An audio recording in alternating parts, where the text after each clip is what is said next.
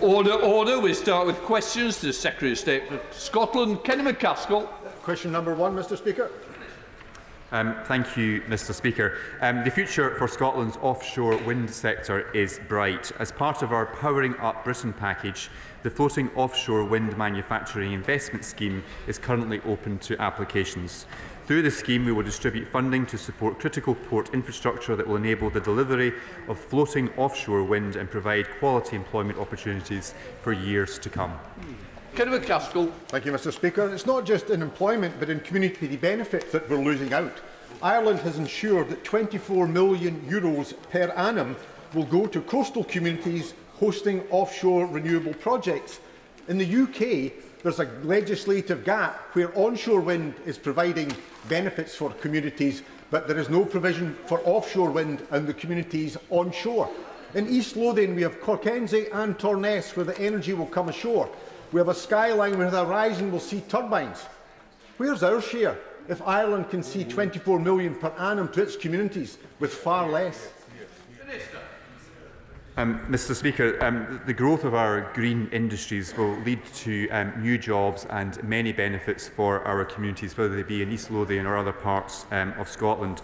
To support this transformation and to help people take advantage of the opportunities that the transition will bring, we will be producing a net zero in nature workforce action plan in 2024. We're starting with a set of initial proposals and actions from the Net Zero Power Networks Pilot Working Group, followed by a suite of comprehensive actions from these sectors by summer 2023, to ensure that communities like those in East Lothian and across Scotland can take the full advantage and benefits of these projects.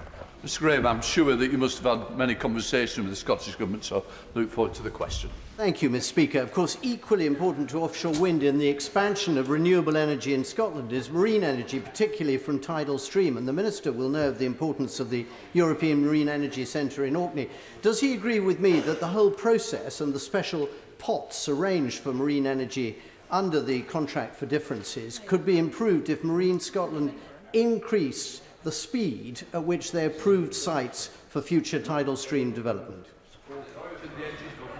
Thank you, Mr Speaker. My honourable friend is very knowledgeable on such matters affecting Scotland. And Scotland has indeed benefited significantly from the Contracts for Difference scheme, which is the government's flagship support scheme for large-scale renewable projects. 27% of all CFD projects and around 23% of total CFD capacity.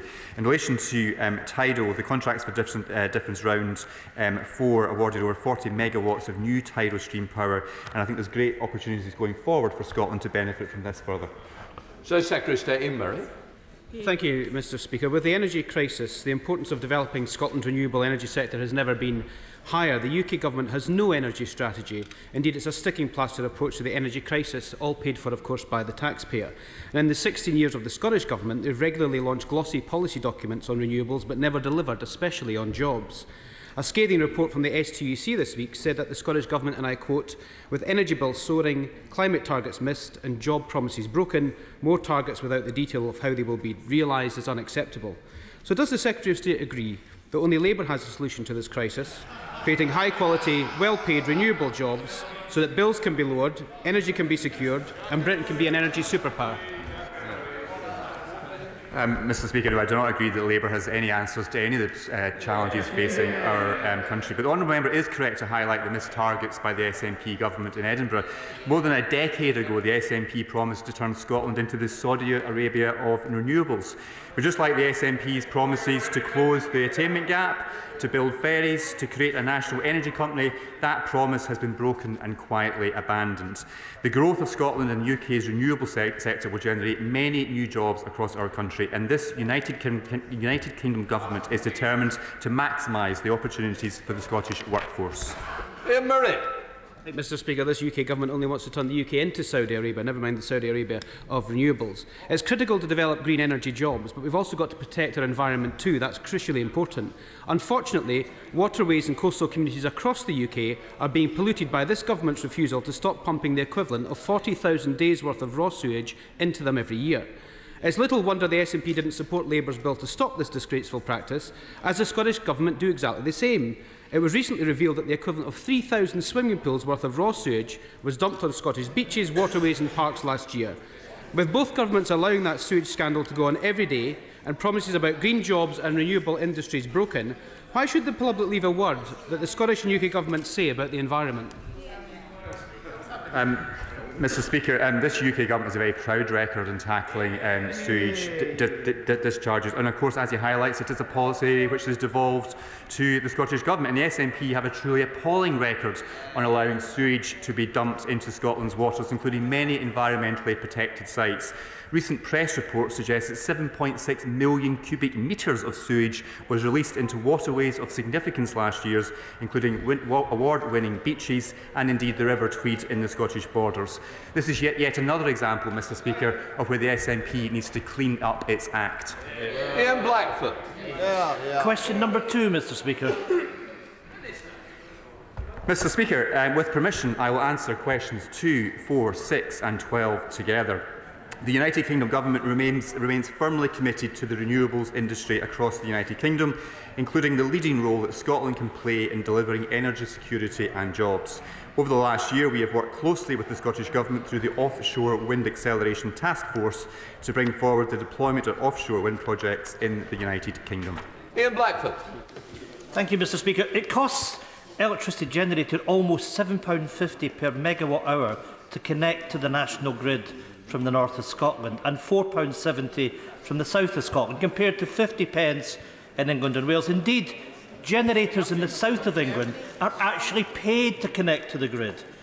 Does the Minister recognise these unfair transmission charges, the highest in Europe, penalise investment in Scotland's renewable sector?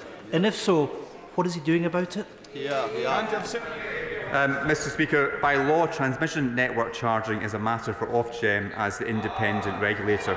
Transmission charges are set to reflect the costs imposed on the grid by generators and demand in different locations. This means that generators in Scotland pay higher charges than counterparts in England and Wales, reflecting the higher levels of transmission investment they drive. Now, Ofgem recognises the importance of transmission charges to the deployment of Scottish renewable generation and the current concerns over the viability and cost reflectivity of charges. This is the key reason why Ofgem announced a programme of transmission charging reforms. Now, I can confirm to the honourable member that I recently met Minister Bowie from the Energy Department to discuss what more the UK Government can do to address the concerns that he has highlighted. Martin Day. Thank you. While the Scottish Government has announced an additional £7 million to support renewable hydrogen projects, Johnson Matthey, a leading producer of catalytic converters, has warned the UK Government's failure to invest in green hydrogen technology risks driving companies abroad. So what is the Minister and the Secretary of State doing to persuade his government to follow Scotland's example and provide support for investment for companies driving green tech? Mr Speaker, this Government fully recognises the opportunity that hydrogen presents as part of our shift in energy focus, and will continue to work with the sector to deliver that. Tommy Shepherd. Thank you, Mr Speaker. Billions of pounds of renewable energy projects are currently stalled because there is no capacity to connect to the national grid. And some companies have been told it will take 15 years.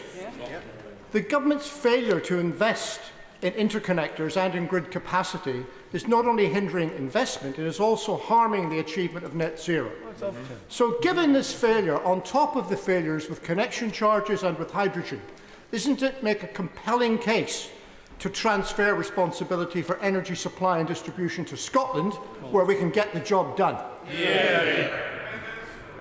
Mr Speaker, well, the answer is certainly not independence. The answer is ensuring we do all we can to reducing connection timescales as a priority. Now, as well as accelerating the timelines for building new network infrastructure, this is also about the process for new projects to connect to the grid, things like the way the connection queue is managed. Now, to address this, we will be publishing a connections action plan in the summer, setting out actions by the Government, Ofgem and network companies to accelerate connections for renewable projects and other energy network providers.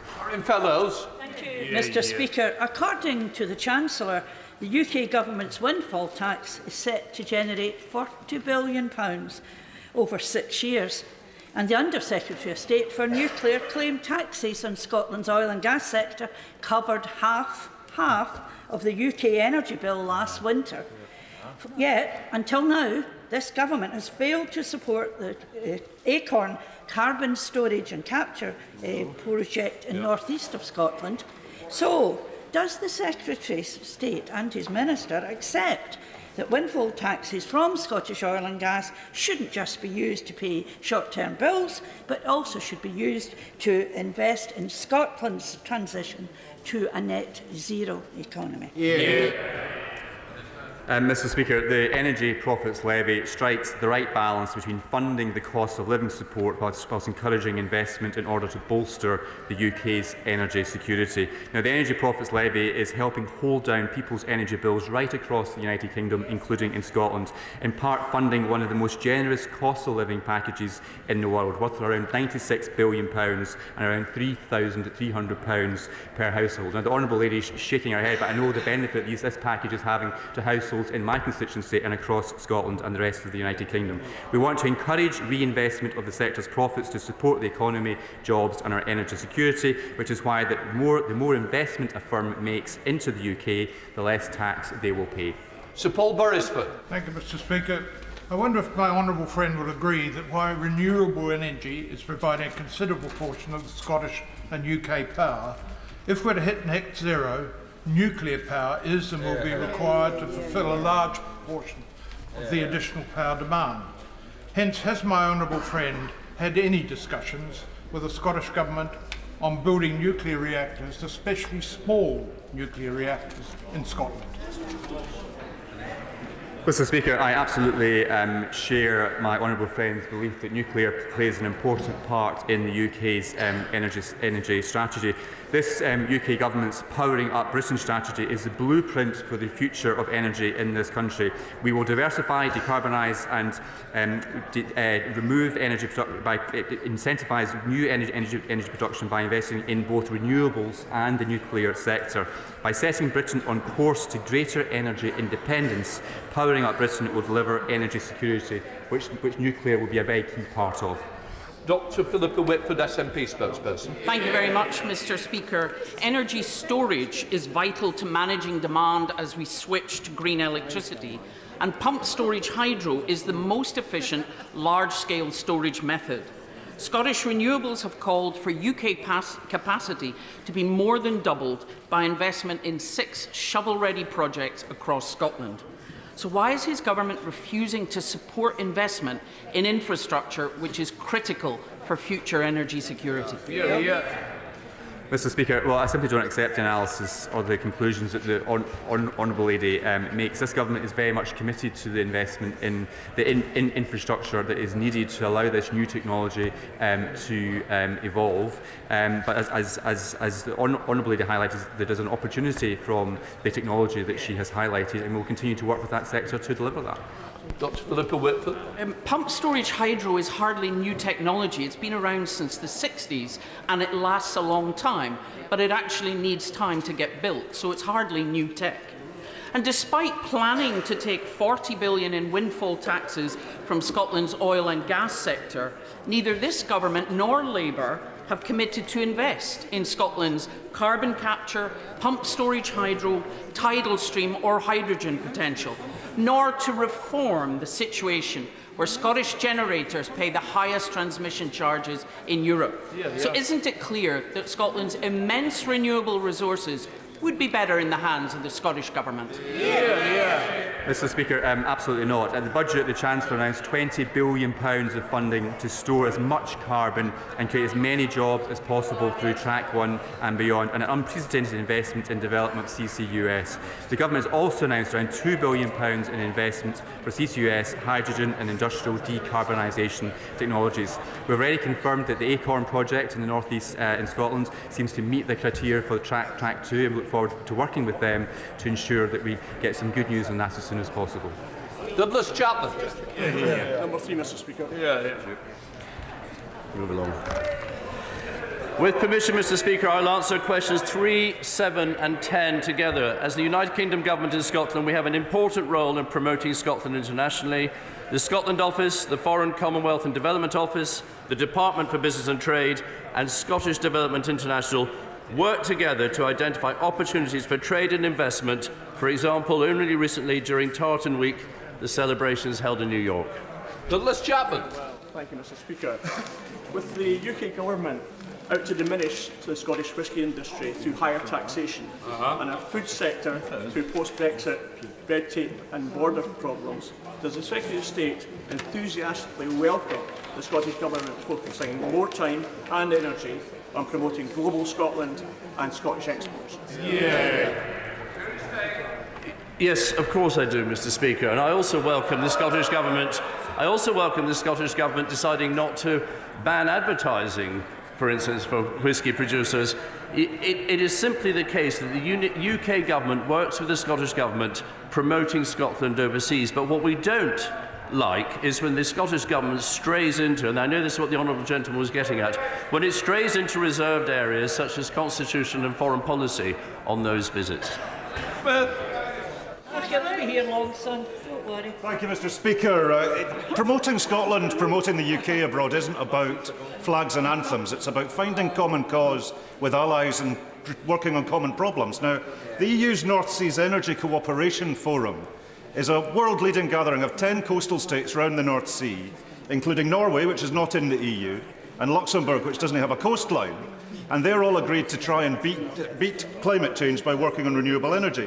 Now, I had a parliamentary question answered just yesterday saying that the UK does not want to join the North Seas Energy Cooperation. If the UK doesn't want to, could the UK stop holding Scotland back and we'll get on with it?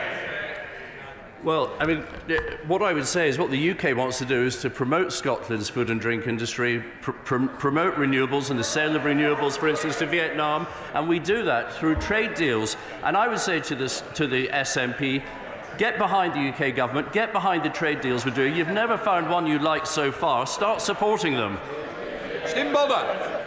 Thank you, Mr. Speaker. For the 7th year in a row, Scotland is ranked the best performing nation or region outside London for foreign direct investment. This continues the trend of Scotland being the best performing nation in the United Kingdom. This investment has been achieved by the Scottish Government working promoting Scotland's culture, innovative research and our industrial strength overseas. So rather than continuing to undermine the work of the Scottish Government, shouldn't his government be learning lessons from it on how to encourage wider foreign investment into England? Well, I'd say to the honourable gentleman, he shouldn't be taking all the credit. That work is done by the United Kingdom government. We have 282 embassies, high commissions and consulates in 180 countries, and we work very hard promoting Scotland's interests overseas, and Scotland has a wonderful foreign secretary in the form of James Cleverly. Douglas Ross. Thank you, Mr. Speaker. The SNP Scottish Government's attempts to promote Scotland internationally include awarding ferry contracts to yards in Turkey rather than in Scotland. But given that just yesterday the SNP accepted it would be cheaper to build new ferries from scratch rather than complete the current ship in Ferguson Marine, does the Secretary of State agree with me that Scotland's international reputation for shipbuilding has been severely damaged by the SNP? And worst of all, islanders have been abandoned by these contracts that are now 6 years late and more than 3 times over budget. Yes, Mr. Speaker, my honourable friend is of course right. The island communities have been terribly let down by this Scottish Government. And I would say, I know he's referring to the ministerial direction yesterday to carry on with the second ferry. Ministers should always spend taxpayers' money efficiently, even if it means losing face. Robin Bella. Mr. Speaker, and is it not the case that Scotland, like Wales, benefits from the UK's membership of the G7, of NATO, and our many diplomatic missions around the world? Yes, indeed, Mr. Speaker. Scotland's membership as part of the United Kingdom of those incredible organisations is just another advantage of being part of the United Kingdom. Shadow Minister Liz Truss. Mr. Speaker, promoting Scotland overseas is vital, but so is the ability of tourists visiting Scotland to tour the fantastic island. Now, earlier this week, the Scottish Transport Minister told the Scottish Parliament that he had overruled civil servants who had serious concerns about the continuation of the disastrous Calmac ferry project being a waste of taxpayers' money. Scottish taxpayers' money has been wasted on this poorly managed scheme and islanders left stranded. But last week, we learned that a Green Scottish Government minister had chartered a private yacht to visit the Isle of Rome. Does the Secretary of State share my concerns that the Scottish Government is misusing taxpayers' money while the islands are left without transport connections?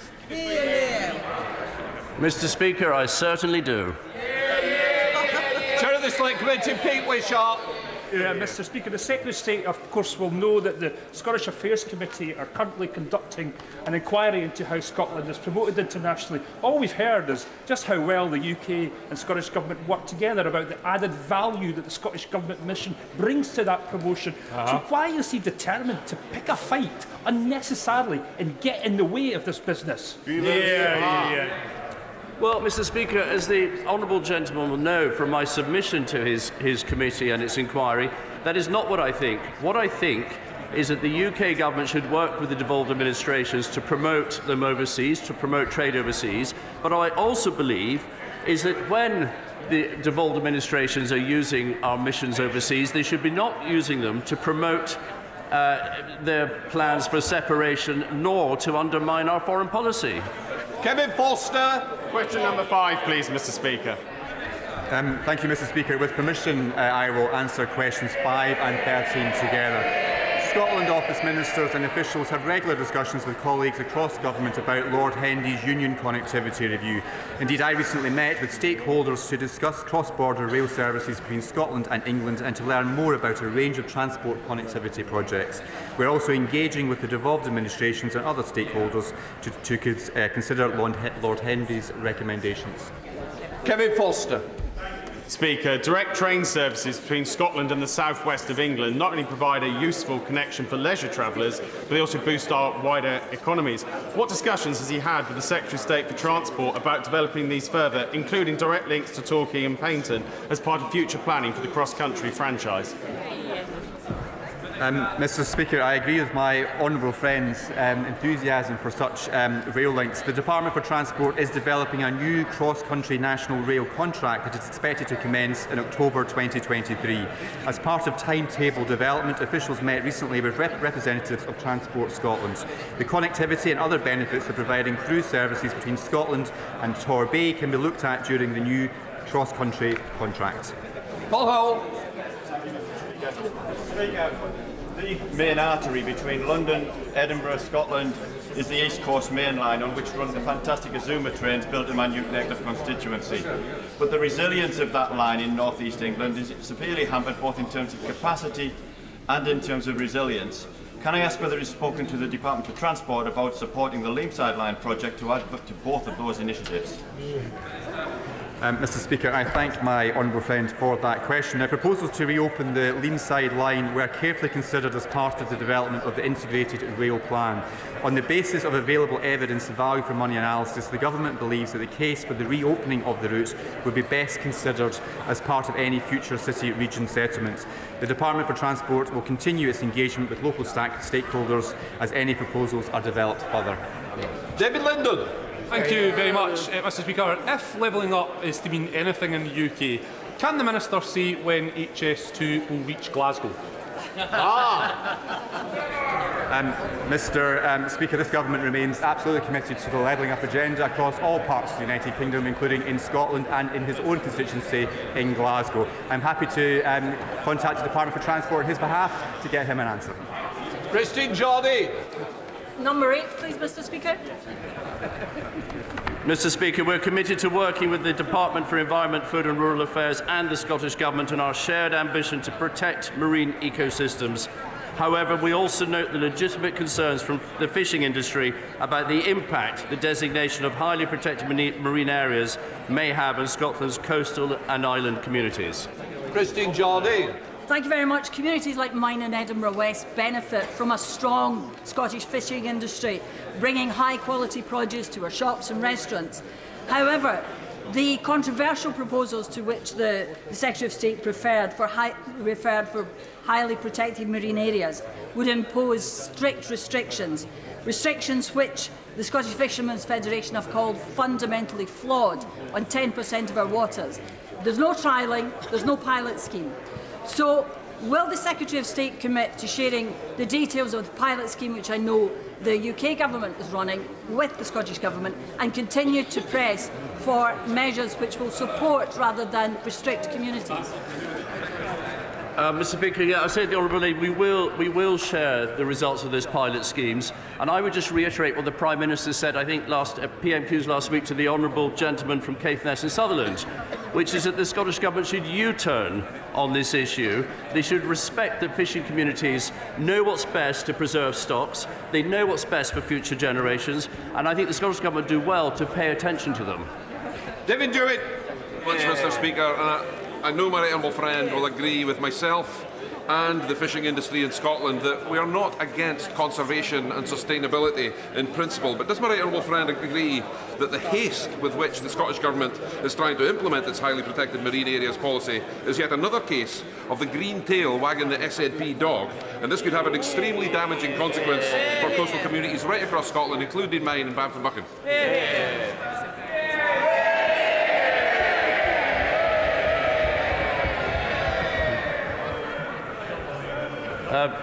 Well, for those that have heard the question, the answer is yes.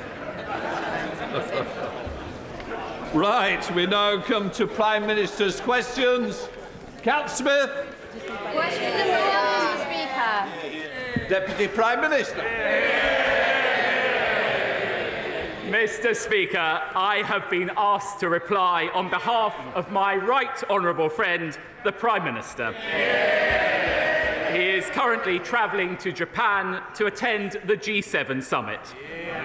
Mr. Speaker, I am sure that colleagues from across the House will join me in congratulating Liverpool for its wonderful staging of the Eurovision Song Contest on behalf of Ukraine. Mr. Speaker, this morning I had meetings with ministerial colleagues and others, and in addition to my duties in this House, I shall have further such meetings later today. The Royal Lancaster Infirmary is a 130-year-old crumbling hospital and was meant to be one of the government's 40 new hospitals. However, the funding announcement has been delayed 4 times already, so can the Deputy Prime Minister reassure my constituents that this is not going to be another broken Tory promise? I can absolutely assure the Honourable Lady that we remain fully committed to those 40 hospitals from our manifesto, and indeed we have already provided £3.9 billion worth of initial capital. Craig McKinley. Mr. Speaker, I have a very serious matter affecting every constituency to bring to my right honourable friend's attention. Amazon have been facilitating the sale of counterfeit postage stamps from China, virtually perfect except for the barcode. I've contacted the NCA, the National Trading Standards, and I'm afraid I've received woeful responses. I've now sent my concerns to the Serious Fraud Office and the Economic Crime Unit of the City of London Police. Amazon are patently facilitating remittances of illegal gotten cash, and I believe this is in contravention of the Forgery and Counterfeiting Act 1981. Can my right honourable friend assist me in taking this further? Well, Mr. Speaker, may I pay tribute to my honourable friend? I know how hard he has been campaigning on this important issue. The Home Secretary will have heard his remarks. I would say that the Digital Markets and Competition and Consumer Bill does put duties on those platforms, and ultimately, if fraud is being perpetrated, the police should take action. We now come to the Deputy Leader of the Opposition, Angela Rayner. Thank you, Mr. Speaker, and it's a pleasure to welcome yet another Deputy Prime Minister to the dispatch box, the third deputy that I've faced in 3 years. And you know what they say, the third time's a charm. And I'm also pleased to note, Mr. Speaker, that the Prime Minister has a working-class friend, finally.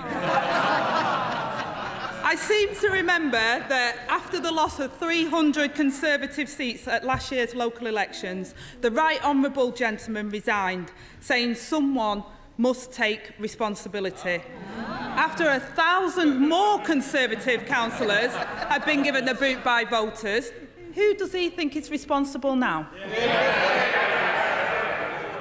Well, Mr. Speaker, in the spirit of the Right Honourable Lady's opening remarks, can I just say it really is a pleasure to see the Right Honourable Lady here today. I was, though, expecting to face the Labour leader's choice for the next Deputy Prime Minister if they win the election, so I'm surprised that the Lib Dem leader isn't taking questions today.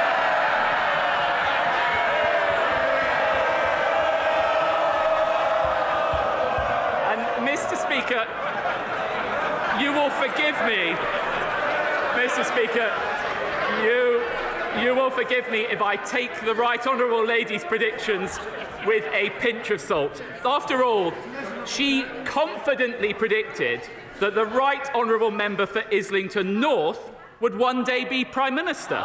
Remember, this is a man who wanted to abolish the army, scrap Trident, withdraw from NATO and abandon Ukraine. And what did she say to that? She couldn't wait for him to be Prime Minister. Deputy Prime Minister.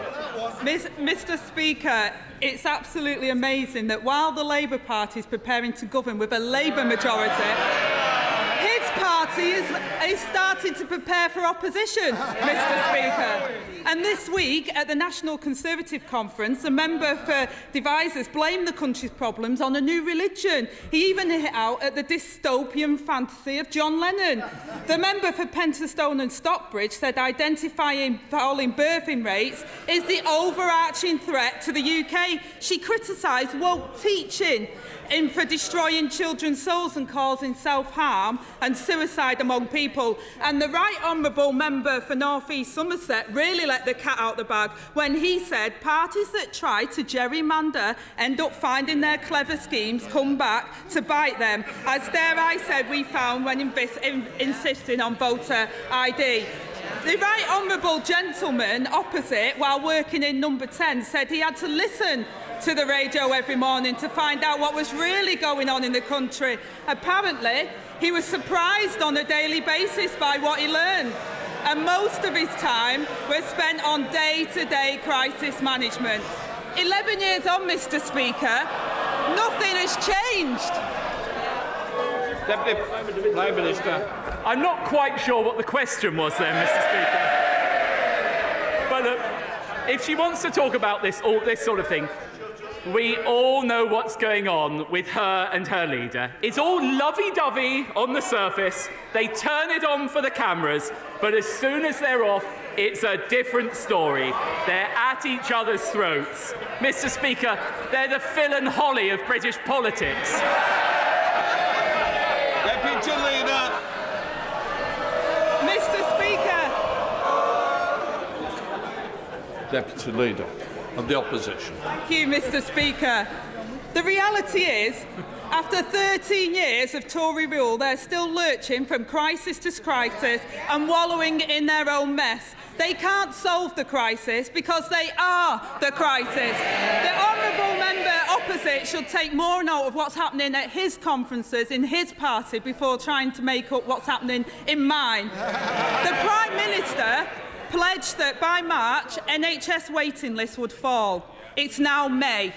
So can he tell us, since he made that pledge, is the number of people waiting on late waiting lists higher or lower? Mr. Speaker, we are making good progress, for example, with two-year waiting lists. But the Right Honourable Lady seems to forget a crucial fact. The United Kingdom experienced an unprecedented pandemic. Right before COVID, GP satisfaction was high. Delayed discharges were half. Ambulance targets were being met. And she knows that right now, in Labour-run Wales, exactly the same challenges are being faced. The difference between us is, on this side of the House, we've got a plan to fix it, while she's too busy playing petty politics. Mr. Speaker, even before the pandemic, waiting lists were going up. So it doesn't wash that this government, after 13 years in power, is blaming everybody but themselves for what people are having to put up with. He appears to be claiming that 11,000 patients waiting more than 18 months is an achievement. The last Labour government reduced waiting times from 18 months to 18 weeks, and he can come back to me when he's achieved that. The fact is, Mr Speaker, waiting lists are longer than when the Prime Minister made his pledge 5 months ago. The number of people in England waiting to start hospital treatment is the highest since records began. 7.3 million patients left waiting. Now, I know the Prime Minister has his own private GP, so maybe he doesn't appreciate the urgency. But he's left people like my constituent Carol waiting for over a year for an urgent appointment, moved from waiting list to waiting list with appointments cancelled again and again. So if not now, when will waiting lists fall? It'll continue till I hear the end of this question. If I get any more interruptions, it will take longer. Angela Rayner. Mr Speaker, they don't want to hear the question because they know the answer. They know the answer is that they failed the British people. So when will waiting lists fall? Deputy Prime Minister.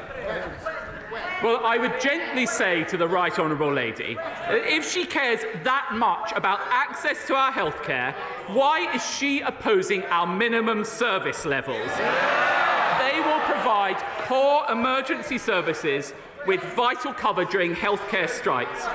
Does she not think that vulnerable patients deserve that level of care, or is she too weak to stand up to her union paymasters? Angela Rayner. Mr Speaker, we all want minimum service levels. It's this government that have failed to provide minimum service levels in all of our trains, in all of our public services, because they've run them down and mismanaged them for the last 13 years. Now, it's not just waiting times, Mr Speaker. 13 years after the Landmark Marmot review into child poverty, Sir Michael says this government is on track to make child poverty worse, with more than a quarter of our children living in poverty last year.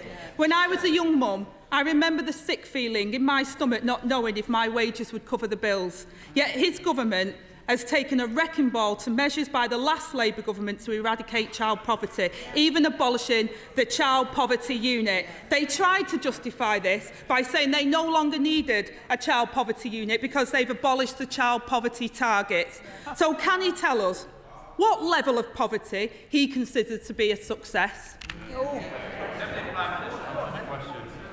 I'd say to the Right Honourable Lady, this comprehensive schoolboy is not going to take any lectures from the party opposite about the lives of working people. What I would say is that we have introduced record increases in the national living wage, something that this party introduced, the party opposite failed to do so. And we have taken 1 million working-age people out of poverty altogether. That is the record of my party, and one of which I am very proud. Angela Rayner. Mr Speaker, the last Labour government made it their mission to reduce the number of children in poverty by 1 million. We achieved that. Under the Tories, child poverty is nearly back to the level it was when Labour last inherited the Tory mess. After 13 years of the Tories, they're stuck in a conveyor belt of crisis. And while his party is preparing for opposition with their Trump Tribute Act conference over the road, Labour are focused on fixing the real problems facing British people. The Tories have picked their side. They're for the vested interests, for the oil companies and the bankers, for those that are profiting from the crisis and not suffering from it.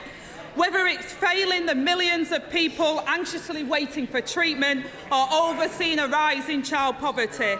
And while his colleagues spout nonsense at their carnival of conspiracy, I want to know, when will his party stop blaming everybody else and realise that the problem is them?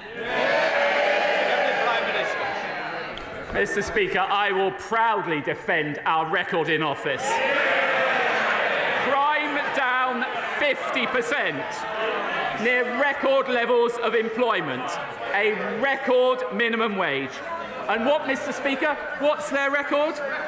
4 general election defeats, 30 promises already broken, and one leader who let anti-Semitism run wild. That is why the British people will never trust the Labour Party. Thank you very much, Mr. Speaker. Would my right honourable friend please send his condolences to the family of Hilton Ward councillor Gillian Lemon, who at the young age of 52 tragically died partway through the election count on Friday. This means that the whole election for all 3 councillors has had to be voided, even though the returning officer was ready to declare 3 Conservative councillors for the Hilton Ward. Perhaps following this dreadful experience, my right honourable friend will confirm that the best way to thank Councillor Gillian Lemon for her service is for the good people of Hilton Ward in South Derbyshire to vote again 3 times for the 3 Conservative candidates on Thursday the 15th of June. Well, Mr. Speaker, may I extend my deepest sympathies on behalf of these benches and the Conservative Party to Councillor Gillian Lemon's family. We all know how incredibly hard local councillors work, and she was a strong representative of South Derbyshire. And like my honourable friend, I do hope that the people of Hilton Ward will reflect on this by voting for Conservative candidates at the forthcoming election. We now come to the Deputy Leader of the SNP, Murray Black. Thank you, Mr. Speaker. In 2016, the Deputy Prime Minister told his constituents in a blog that it was his duty to, and I quote, furnish them with all the facts that are available with regards to Brexit. Today, Brexit Britain faces higher food prices, a lack of workers, a shrinking economy and a decline in living standards. Why is he happy to ignore those facts? The Prime Minister. Well, Mr. Speaker, we have one of the fastest growth rates in the whole of the G7 since Brexit. And we all know, and in fairness, we all know the policy of the SNP. And they said it this weekend, and I quote, we need to undo Brexit. But let me tell you, if I were them, I'd start by undoing the mess they've left Scotland in and start working with the United Kingdom government and focus on the priorities of the Scottish people, not the priorities of their party. Murray Black. Check the data. Mr. Speaker, the only thing more deluded than that defence of Brexit is the Labour Party's support of it. Now, just today, the world's 4th largest car manufacturer said that Brexit was, and again I quote, a threat to our export business and the sustainability of our UK manufacturing options. Even Nigel Farage can admit that Brexit has failed. So, Mr. Speaker, why can't he? Deputy Prime Minister.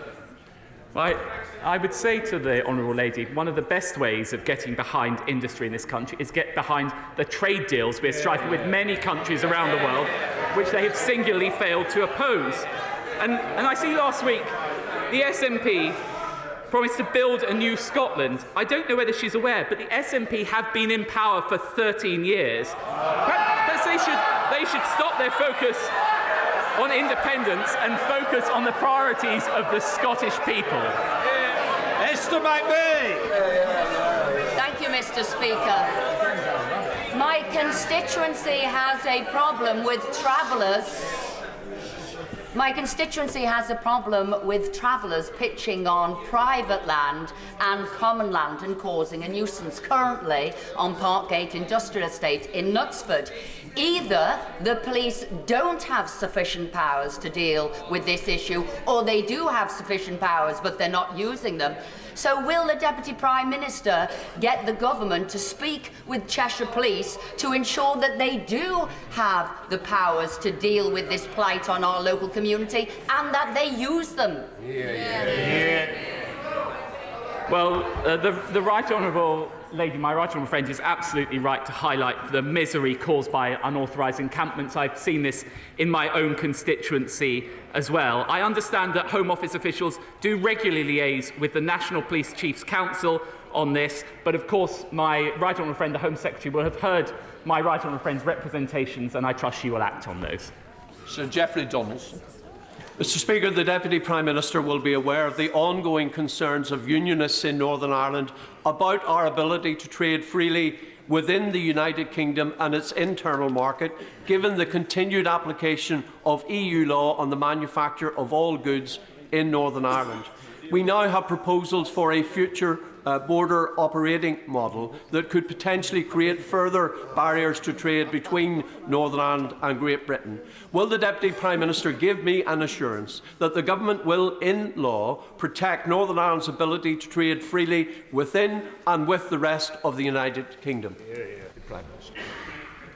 Yes, well, I would like to say that we've already shown a willingness to legislate to protect Northern Ireland's place within the Union, and we're committed to providing exactly the protections that the Right Honourable Gentleman refers to around Northern Ireland's unfettered access to the whole United Kingdom market. So I can give those assurances, and of course we stand ready to work with the Right Honourable Gentleman and representatives across unionism to reflect the further steps required to strengthen our precious union. Angela Richardson. Thank you, Mr Speaker. Throughout the early hours of Saturday morning, I was out with Kathy, Peter, Joe and Tim, who volunteer as Guildford Street Angels. I pay tribute to them and all the volunteers who are out every weekend and in all weathers. But, Mr Speaker, it's an absolute disgrace that the Liberal Democrat-run council shut the public loose. At night, there are no single-sex spaces for our young women, and they are seeking out dark, secluded areas of their court short, which is dangerous. They are at increased risk of sexual assault. Will my right honourable friend join me in calling for the immediate reopening of the town centre loos in Guildford? Well, I thank my honourable friend for raising this very important issue, and sadly, I'm afraid that's what one might expect from a Lib Dem-run council. I do join her in thanking the Guildford Street Angels for all of their efforts, and I'm sure that they and she will continue to make those views known to Guildford Borough Council. Thank you very much, Mr Speaker. Many of my constituents are struggling to pay the bills and put food on the table. Food prices have risen by over 19% in the last year, with the cheapest infant formula up 45%, gas prices up 129%, electricity up 67%. Many report borrowing more money than this time last year, with car manufacturers threatening to move production. The OBR saying 100 billion has been lost from the economy forever, and wages falling further and further behind basic living expenses. So does he really still believe his government's kamikaze Brexit is delivering for the people of these isles? Deputy Prime Minister. I certainly do believe that, Mr Speaker, and I would say to the members on those benches that it's only because of the strength of our United Kingdom that we're able to afford the sort of interventions, for example, that we've had with the cost of living, with over £3,300 for every single family in our United Kingdom, paid for by a 75% windfall tax on oil and gas companies. That's the United Kingdom delivering on the cost of living. Daniel Kaczynski.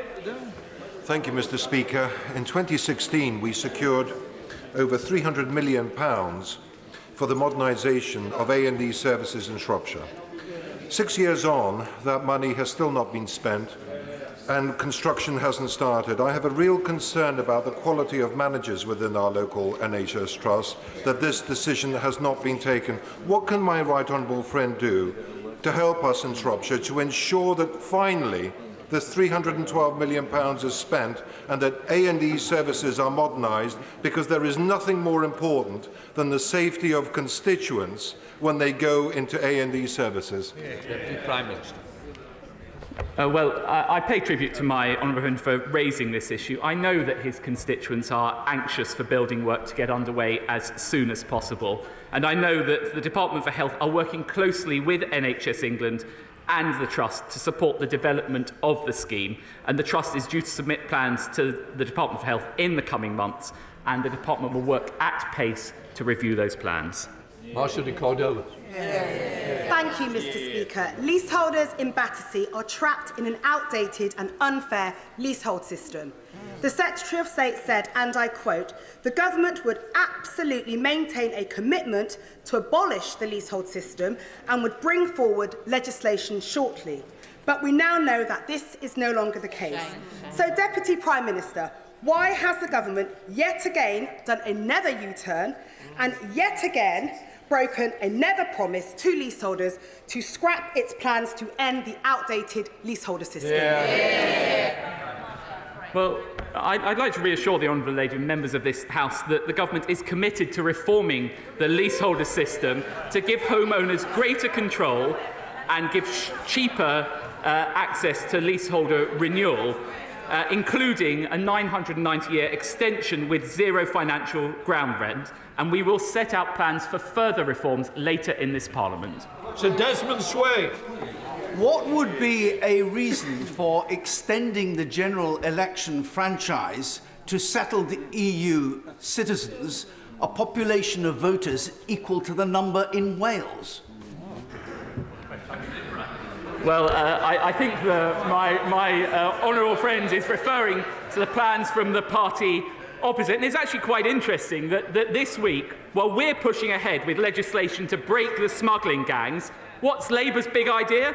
Give foreign nationals a say in our elections. So there we have it. While the Conservatives will stop the boats, Labour will rig the votes.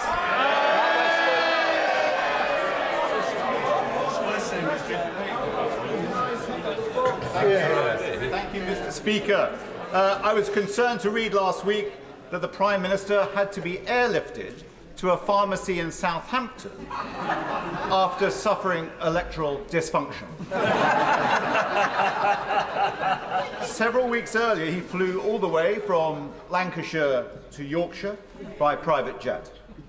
Meanwhile, angry rail commuters face the reality of cancellations, longer journey times, and are unable to get to work on time as operators shed services. The public think that the Prime Minister's got his head in the clouds. They're right, aren't they? It is quite extraordinary, Mr. Speaker, to take lectures from the party opposite about the railways when actually the head of the train drivers' union actually sits on Labour's NEC. And indeed, she was described by the Right Honourable Lady, the Deputy Leader of the Labour Party, as, quote, one of us. No wonder Labour won't stand up to the militant rail unions. They literally let them drive their policies. Mr. Speaker, incredible regeneration work is taking place on Teesside, led by our Mayor, Ben Houchin. Sadly, we have seen a shameful attempt to smear the amazing Teesworks project, led by the Honourable Member for Middlesbrough, who I've given advance notice to. Will he confirm that it was always an integral part of the business case that the private sector should co-invest alongside government, and that the Teesworks arrangements themselves have been checked and approved by the government? And will he reconfirm his full support for the Teesworks projects, reassure investors, and join me in calling for the Labour Party to apologise for talking down Teesside? Well, my right honourable friend is absolutely correct to raise this issue. It is the UK's first free port, and it continues to attract billions of pounds of private sector investment, creating jobs and supporting the local economy. And I think the whole House will see through the inexcusable attempts by the Labour Party to talk down those successes on Teesside, where local leaders are working tirelessly to improve that region for the first time in a generation. Mr. Speaker, in 2011, the first year that the Tories came into government, 61,000 people received emergency food parcels from food banks. In 2022-23, that figure had gone up to nearly 3 million. 1 million of them children. It's gone up every year that the Conservatives have been in power bar one. So, will he tell the House, is that a record that he proudly defends? I'm very proud of the fact that this government has given record numbers of people the opportunity to have jobs and employment, which is the surest route out of poverty. And it is the case that I believe up to 3.6 million new jobs have been created under this government. Walker. Mr. Speaker, it's truly excellent news to see England rising up the international league tables for reading to become the highest performing country in in the Western world. That's testament to the hard work of our teachers and the dedication of our honourable friend for Bognor to follow evidence-based policy. But this progress will only be sustained if children are in school regularly, able to learn. So can I strongly commend to him and to the government the 10-minute rule bill presented by my honourable friend Phil Meon Valley. It has cross-party support, delivers on key recommendations of the Education Select Committee and the Children's Commissioner. The government should adopt it as soon as possible. Well, my honourable friend is absolutely right to highlight those brilliant figures which show that we've now jumped to the 4th best in the whole world for reading. And I certainly see in schools it's much, much more demanding than it was in my day, and that's tribute to the ministerial team that have done such a fabulous job. I will, of course, examine the details of the 10-minute rule bill to which he refers. Tommy Shepherd. Mr. Speaker, it is an open secret that many in the Conservative Party would wish to roll back the democratic gains of devolution either in part or completely. The noble Lord Frost, former minister, the architect of the disastrous Brexit agreement and now, I believe, seeking a safe Tory seat in this chamber, recently let the cat out of the bag when he said the government should review and roll back some devolved powers. Just try it. Does the Deputy Prime Minister agree with him? Hear, hear.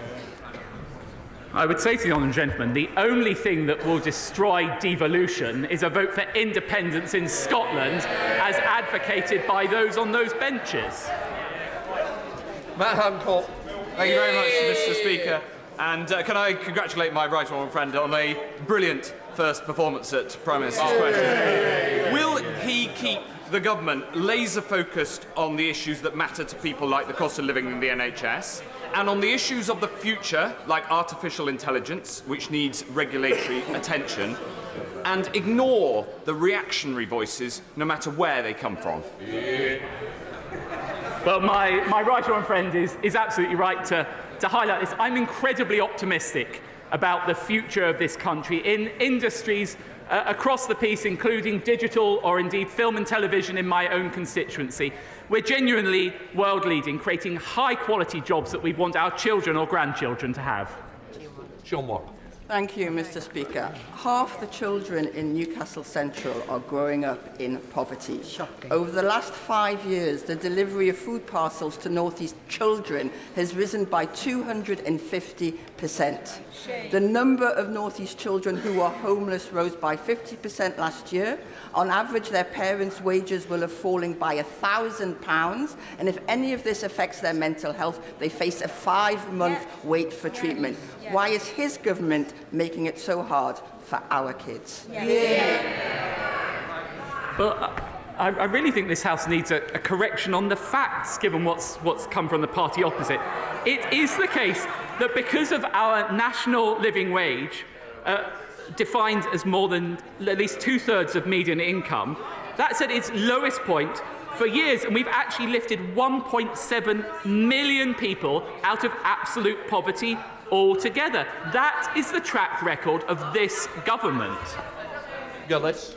Thank you very much, Mr. Speaker. The people of Longport and Burslem, as well as Port Hill and my neighbouring constituency neighbour of Newcastle and Lyme, are suffering because of cowboy waste disposals like Staffordshire Waste, who have now been again done for having waste that was not meant to be on site and have been given a notice by the Environment Agency. What support can I get in holding these people to account and making sure that their retrospective planning application for a site that they're using, which they didn't get planning permission on before using, is rejected by Stoke-on-Trent City Council? Well, my honourable friend is right to raise this this issue of those kind of people, and indeed we often see them associated with fly tipping, which is a blight on our landscape. I will ensure that I raise all the issues that he has raised with me with my right honourable friend, the Secretary of State for Levelling Up, who has ministerial responsibility for this. Rachel Vaskell. Thank you, Mr. Speaker. Crisis mental health services are in crisis. Patients and families gaslit and at risk. It is Mental Health Awareness Week, but no government awareness to ensure my constituents are safe, nor funding and workforce needs met. So why is his government sat on their hands with a devastating report sat on the Health Secretary's desk while patients in York and across the NHS are being failed? Can I and the Trust have an urgent meeting? Well, I'm sure one of my ministerial colleagues in the health team will be happy to have that meeting. I would just say that under this government, we've put more money into mental health services, and actually we're funding 150 wider capital schemes. So this government has made mental health services a priority. Final question, Virginia Crosby. Thank you, Mr. Speaker. This week is Wales Tourism Week, an opportunity to celebrate one of Wales's most important businesses, which represents 10% of all jobs, supports Welsh farmers and food producers, and generates £6 billion in economic activity each year. Would the Deputy Prime Minister join me in thanking all those that work in the Wales tourism sector, and would he agree with me that this UK Government's TIPS bill demonstrates its commitment to supporting the tourism sector, unlike Labour in Cardiff, whose proposed tourism tax will undermine visits and undermine jobs? Well, of course, I'm most happy to give that commitment to my honourable friend. Indeed, I have spent many happy family holidays in Wales and plan to do so again next year. That completes Prime Minister's questions.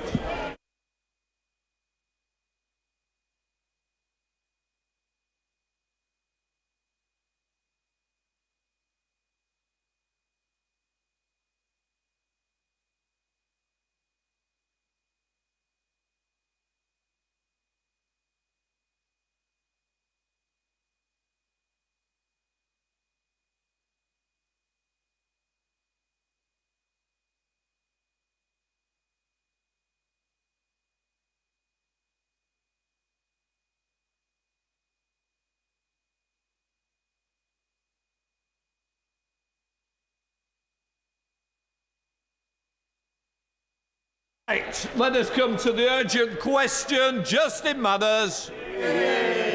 Thank you, Mr. Speaker. The Secretary of State for Business and Trade